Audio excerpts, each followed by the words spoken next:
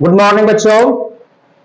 इसके पिछले वीडियो में हम प्राचीन भारत के इतिहास की कड़ी में ताम्रपाषाण कालीन सभ्यता के बारे में बताए थे। उसमें के बाद जो हमको प्राचीन भारत के इतिहास में जो पढ़ना है, जो अगला चैप्टर है, जो अगली कड़ी है, वो है हड़प्पा सभ्यता या सिंधु सभ्यता के बारे में। जैसा कि इतिहास में यह एक प्रमुख अध्याय है, प्रमुख चैप्टर है और इससे बहुत सारे प्रश्न सभी परीक्षाओं में रहते हैं सिंधु सभ्यता से। इसमें कम से कम 10,000 प्रश्न इसमें इंक्लूड है। तो आज हम इसी के बारे में इसी की शुरुआत करते हैं। तो चूंकि ताम्रपाषाण कालीन सभ्यता के समाप्ति के बाद हमारे देश में हड़प्पा सभ्यता की शुरुआत होती है, लेकिन सबसे बड़ा इंटरेस्टिंग बात यह है कि आज से 100 वर्ष पहले हमारे देश में हड़प्पा सभ्यता के बारे में किसी को पता नहीं था। इसकी खोज 1921 में हुई है। यानी कि कहने का मतलब है कि आज से 100 साल पहले हमारे देश में ही नहीं बल्कि वर्ल्ड में इस सभ्यता के बारे में किसी को जानकारी नहीं थी। तो इसकी जानकारी कब हुई? 1921 ईस्वी में हमारे भारत के पुरातत्व विभाग के निदेशक थे सर जॉन मार्शल। उन्हीं के नेतृत्व में पाकिस्तान में हड़प्पा एक जगह का नाम है, यह उसी स्थान पर इसकी खुदाई प्रारंभ हुई थी और एक बहुत बड़ी सभ्यता प्रकाश में आया। तो भारत का इतिहास के बारे में, प्राचीन भारत के इतिहास के बारे में एक बहुत बड़ा सभ्यता प्रकाश में आया। ऐसा कहा जाता है कि हड़प्पा सभ्यता को हम लोग सिंधु सभ्यता के नाम से भी जानते हैं। यह सभ्यता मेसोपोटामिया के समकालीन थी।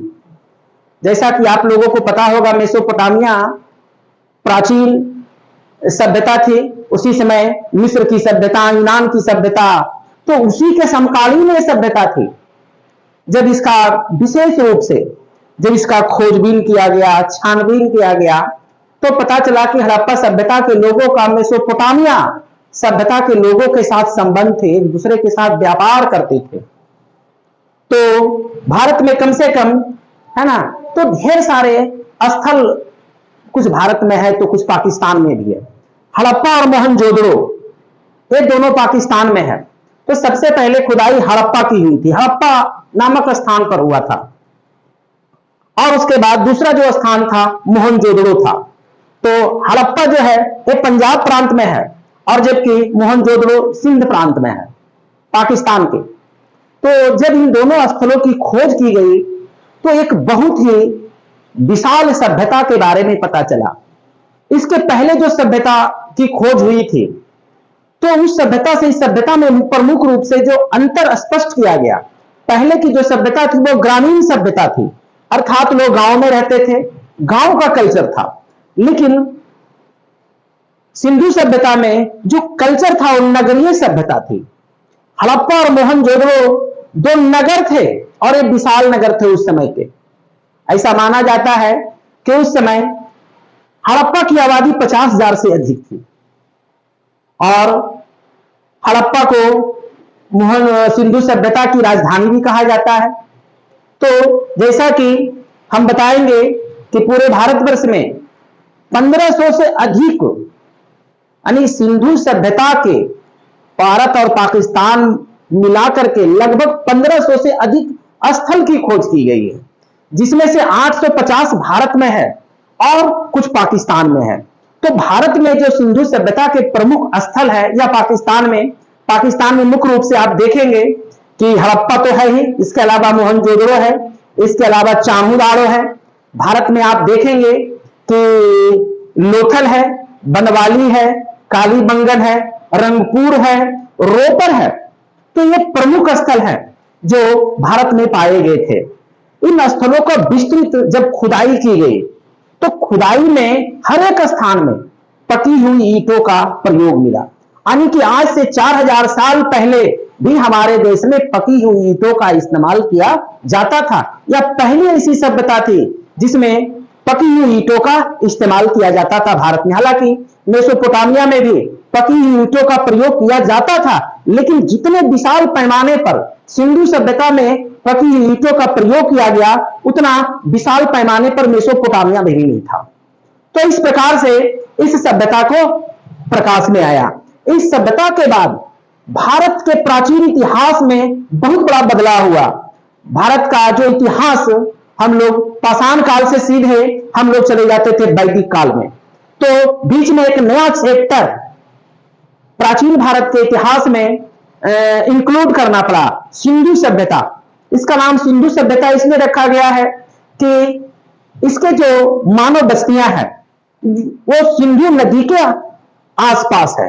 सिंधु नदी भारत से होते हुए पाकिस्तान में बहती है, तो उसी के आसपास चूंकि ये सारे स्थल पाए गए हैं, इसीलिए इसका नाम सिंधु सभ्यता भी रखा गया है।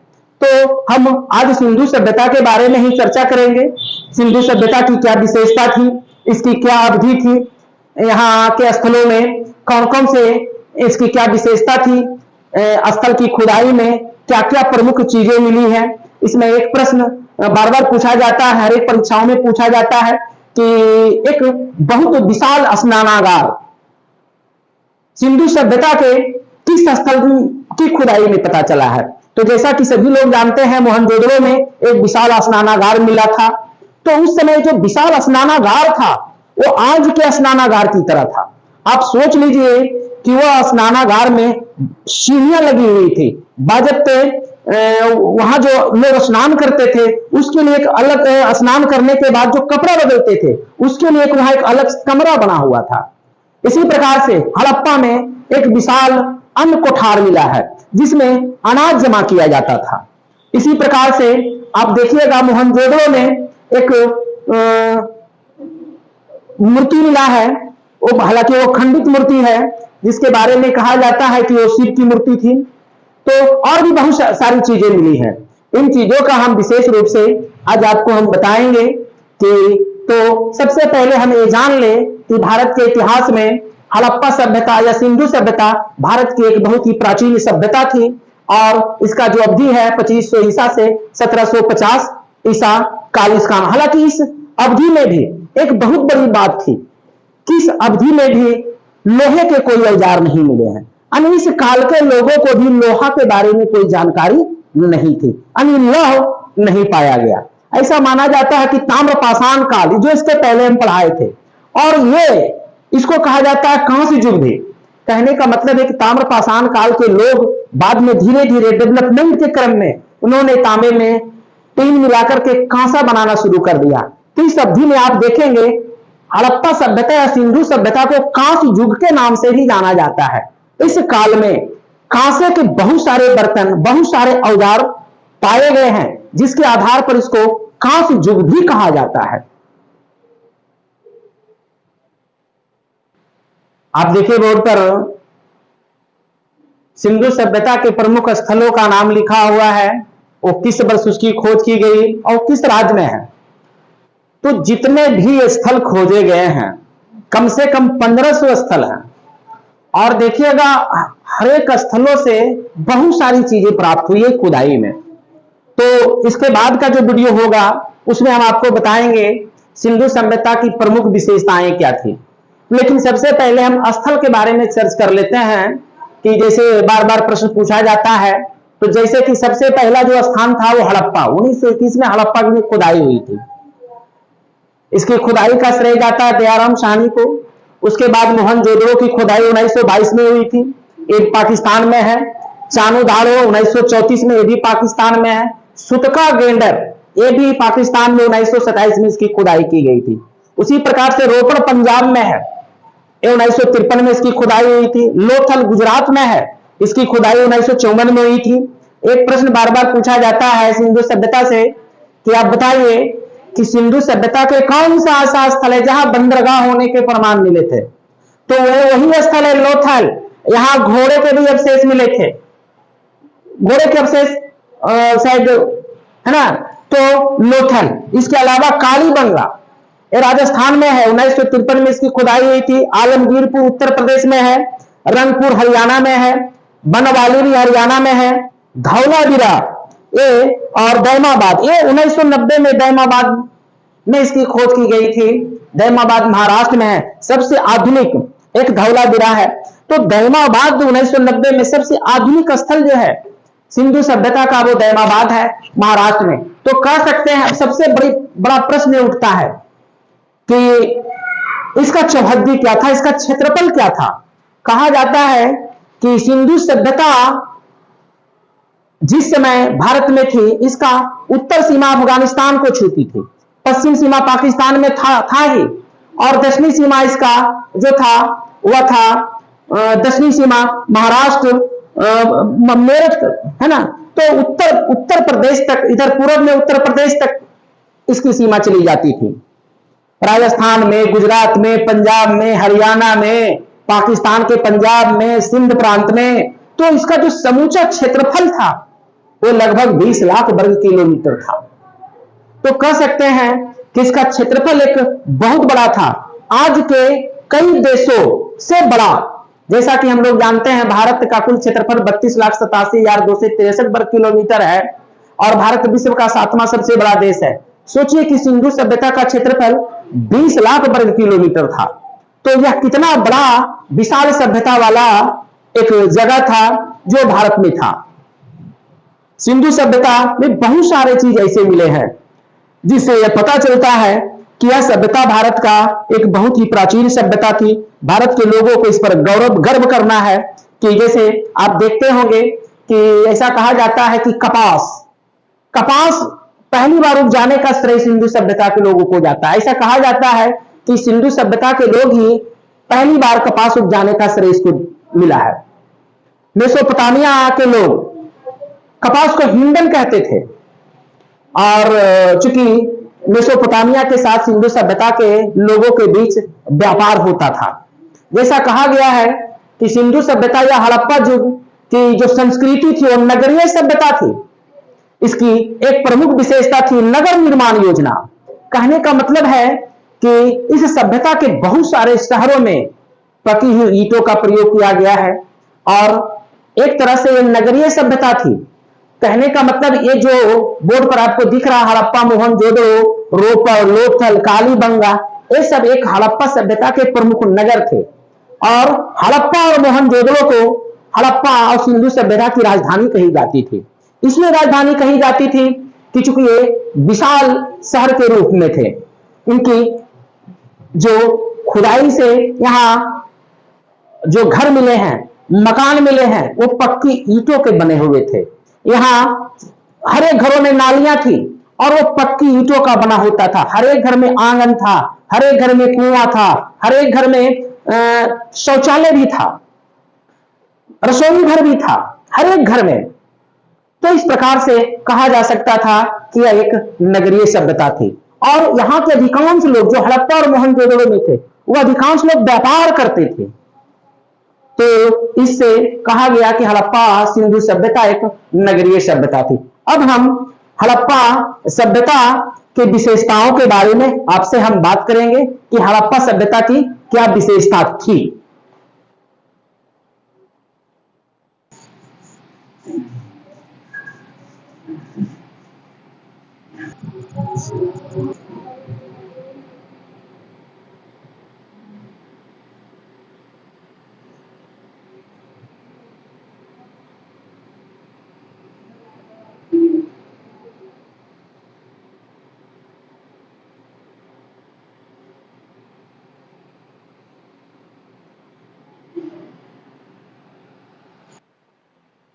जैसा कि बोर्ड पर आप देख रहे होंगे कि अब हम आगे बढ़ेंगे हड़प्पा सभ्यता की विशेषता। तो हड़प्पा सभ्यता की क्या विशेषता थी, इसको हम क्रमबद्ध से हम आगे बढ़ेंगे। जैसा कि आप लोगों को बताया गया कि हड़प्पा सभ्यता एक नगरीय सभ्यता थी। यहाँ के लोग नगरों में रहते थे।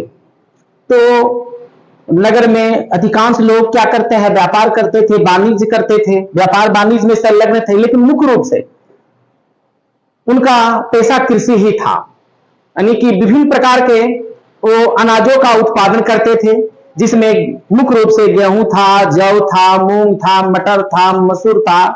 और चावल के दाने कहीं कहीं एक स्थान से प्राप्त हुआ है। सब जगह से चावल के दाने प्राप्त हुए नहीं हैं। तो इसलिए मुख्य रूप से कहा जाता है कि हड़प्पा के लोग गेहूं और जौ की खेती करते थे, वही उनका मुख्य अनाज था। इसके अलावा पशुपालन की क्रिया भी करते थे, गाय, बैल, भैंस, कुत्ता इत्यादि लोग पालते थे। तो इन सब के हड्डी के अवशेष मिले हैं खुदाई में। तो इस प्रकार से कहा जा सकता है कि मुख्य रूप से हड़प्पा काल के लोगों का मुख्य पेशा कृषि था, पशुपालन था, इसके अलावा वो शिकार भी करते थे। अब दूसरा चीज है कि राजनीतिक जीवन।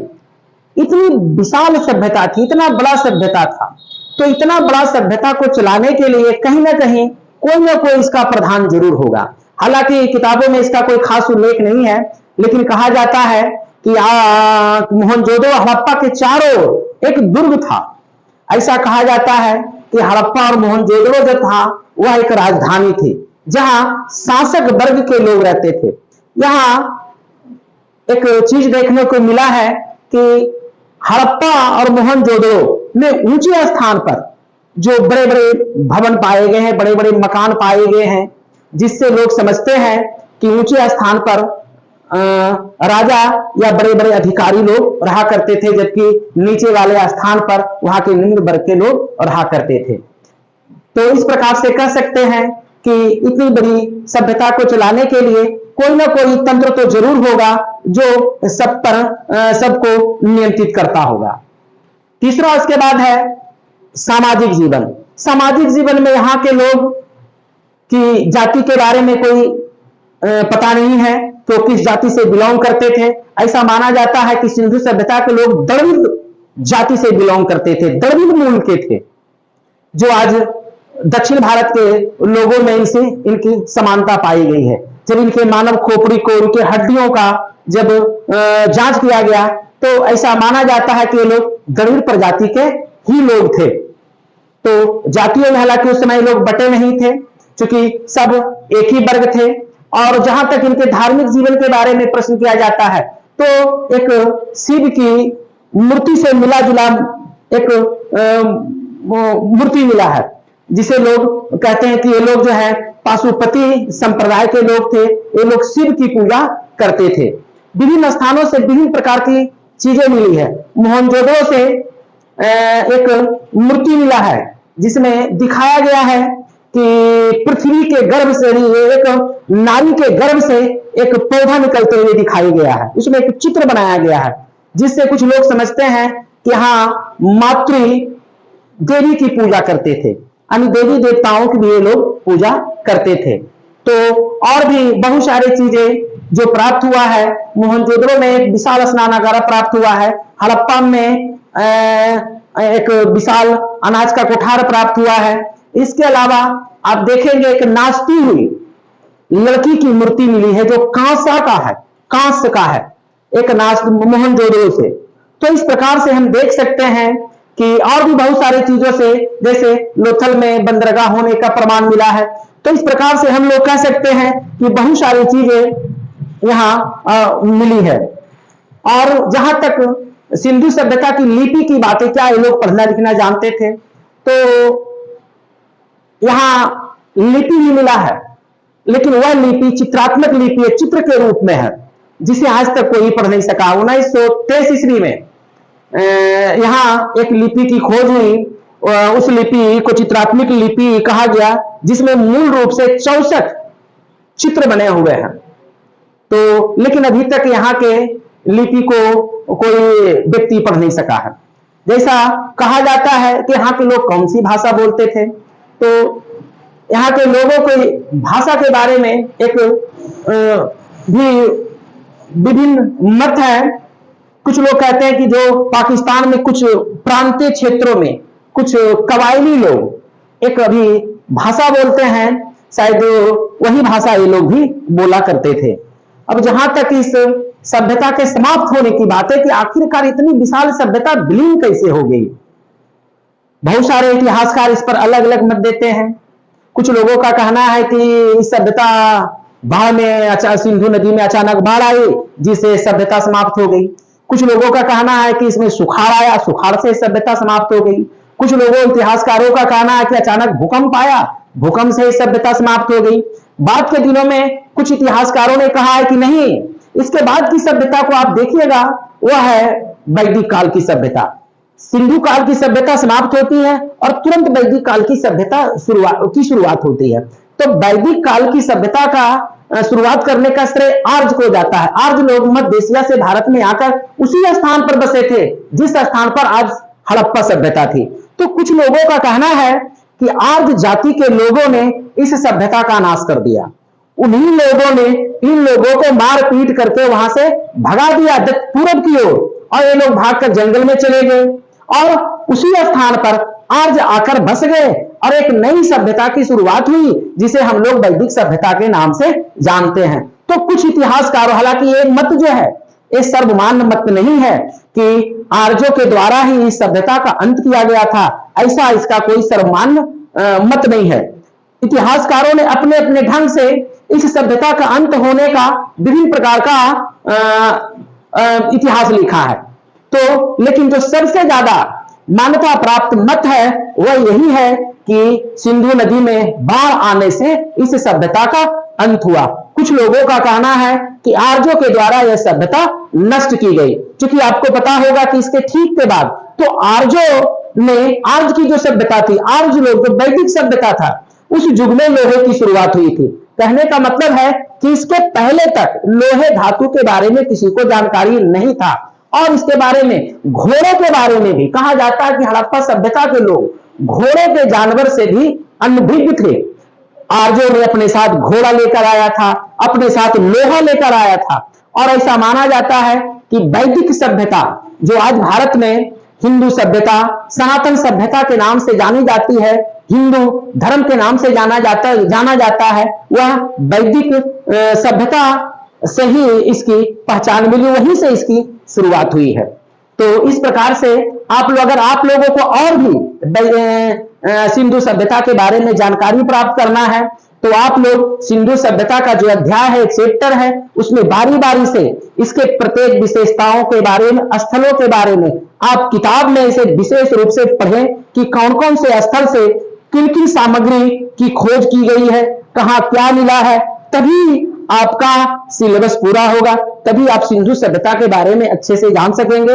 मात्र 20 मिनट या 10 मिनट के वीडियो से आप सिंधु सभ्यता के बारे में विशद जानकारी प्राप्त, हमारा एक काम था कि कंसेप्ट, एक अवधारणा की जानकारी आपको दे देना कि कैसे सिंधु सभ्यता के बारे में हम पढ़ सके। तो इससे बहुत सारे क्वेश्चंस आते हैं, तो अब हम इनमें कुछ क्वेश्चनों के बारे में आपसे हम इसके अगले बिंदु में चर्चा करते हैं।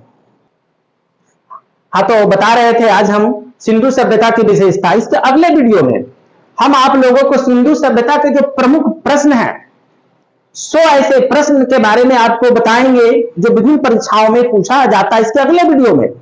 तो आज सिंधु सभ्यता का खंड समाप्त हुआ और इसके बाद हम 100 ऐसे महत्वपूर्ण प्रश्नों पर भी से बात करेंगे जो हर एक परीक्षाओं में पूछा जाता है। थैंक यू, धन्यवाद।